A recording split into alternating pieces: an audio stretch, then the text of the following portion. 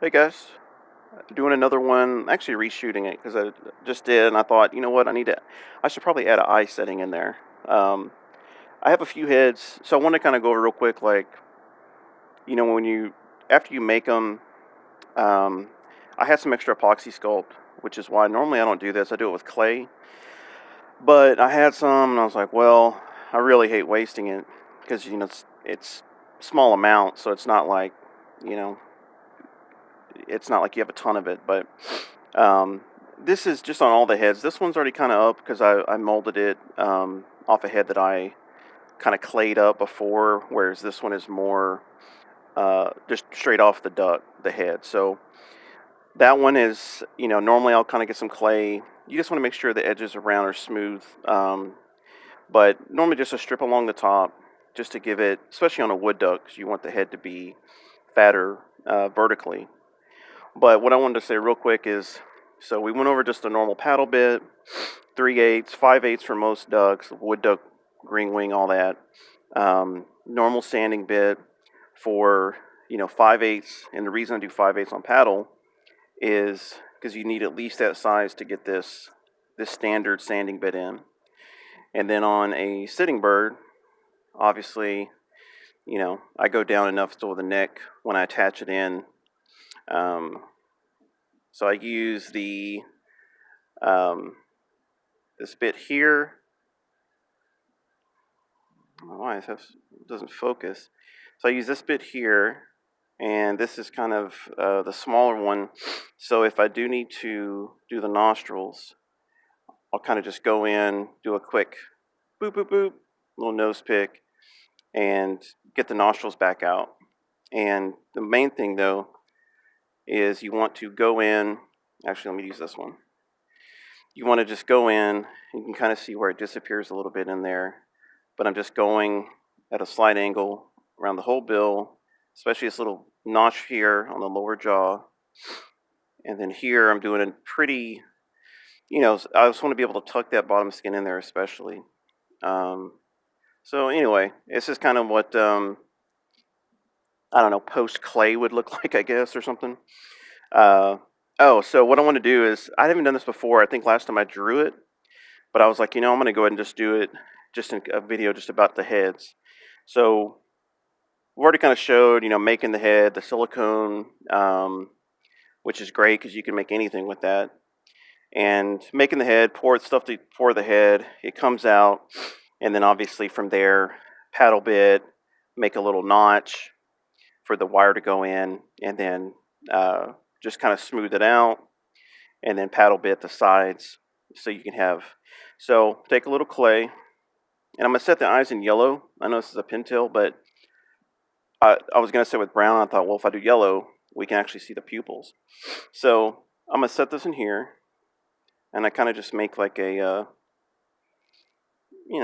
I guess like a cone, because this is something that, man, it makes such a big difference. Just not only just the eyes, but also how the head skin fits. If it's super tight, obviously that's going to affect the shape and where the eyes, if it's like, oh man, they look low, they look high, or whatever.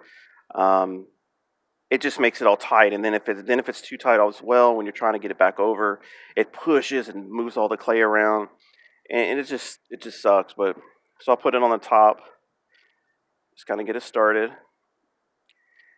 So then I just kind of push in. I think we explained it before, where the back of the eye is almost on straight line with the white around it.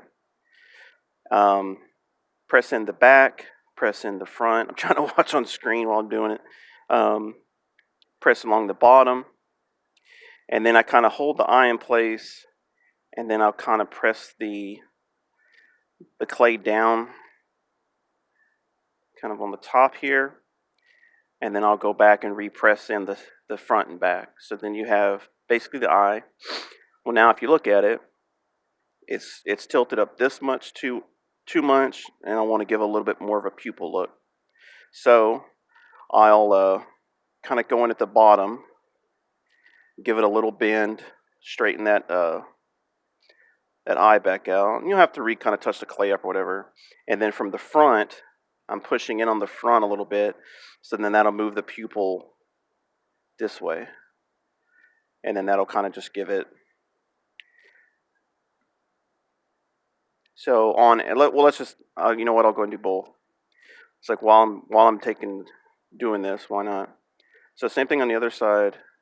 Make a pyramid. So this would be done, let me think. This would be done when everything's sewed up.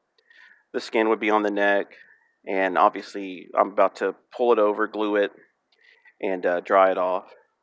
So same thing, put it on top, press it in to that depth, press front and back around the bottom, kind of hold the eye while I push the clay down, because you want it to, you want to push it down so it's kind of tapering.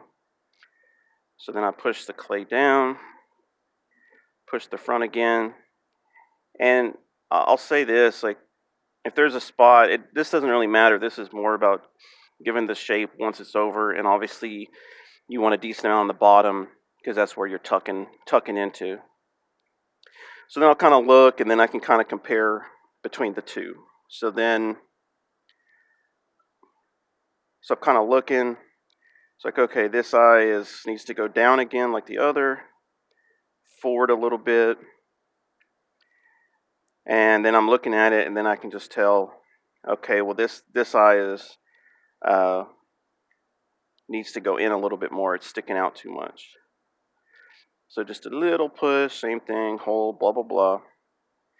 And I can tell that this one is closer than the other one. But I'll look at it from the top view. And I guess actually it's this way. Looking through the screen, it looks different than in real life. So then what I kind of do is I'll just hold it from the top and kind of push here, push there.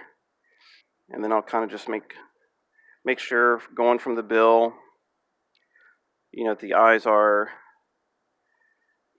so like this one's a little higher, this one needs to go down. And then, so now you're kind of starting to get that, I wish I could hold it a certain way here. So now you're starting to see those kind of evil eyes. So you wouldn't have this for like most brown-eyed ducks, which is the majority of them. But you would have this for, hood mergansers, golden eyes, canvasbacks, redheads, a lot of those. So you want to make sure that the pupils are good. And like I said in the video before, generally you're trying to get, if you're looking at a pupil, you want it to be, I'm trying to stand this right, this way a little bit, and then inward a little bit. And that's how you're kind of wanting the pupil. And then from here, I would obviously normally do the clay along the top. The neck would already be glued in because I do that before I sew it up. So by the time you're done sewing, the head is, hot glue is hardened. Now I can move it or whatever before, clay. And now the eyes are set, so now I would pull the skin over. I would go ahead and glue in. I always do top, and then I do bottom, because if you do sides, sometimes you'll have excess in the corners. And so I started, I can't remember when, but what finally ended up working best was top, obviously, bottom, and then on the sides, especially this little corner, that's where you'd kind of have any extra skin if you needed to kind of tuck this way, that way, whatever. So anyway, so this is about, because, you don't want it too far in, obviously, because then by the time the skin goes over the feathers, then it looks sunken in, it looks anorexic or, dead or whatever. And you don't want it too far out, obviously, because then when the skin's in, then it looks bug-eyed. So generally, because this may even itself look bug-eyed, but once the skin's on there with, of course, the feathers, it's going to basically be where the pupil is barely showing. So if you look at the mount, you would barely be able to see the pupil at this point. Like I said, once it's glued, everything's cool. Then I would tuck the eyes. That's why I have the clay, a decent amount in the bottom, so I can tuck that in there and kind of press against the skin as you tuck too. That way it lays flat. um, and then cool. Your eyes are good, and then you go on to the next thing. So anyway, I just thought I just wanted to show a little, not only just a recap, but a kind of a live demonstration of the eye setting, because it's like when you look at a person, if you look, what's the first thing you notice if something's wrong with their eyes or their eye color, or oh man, their eyes are kind of close together or far apart or big or small. And when you look at an animal, the same thing. If you look, oh, it looks sleepy, it looks scared, it looks this, and it's because the eye.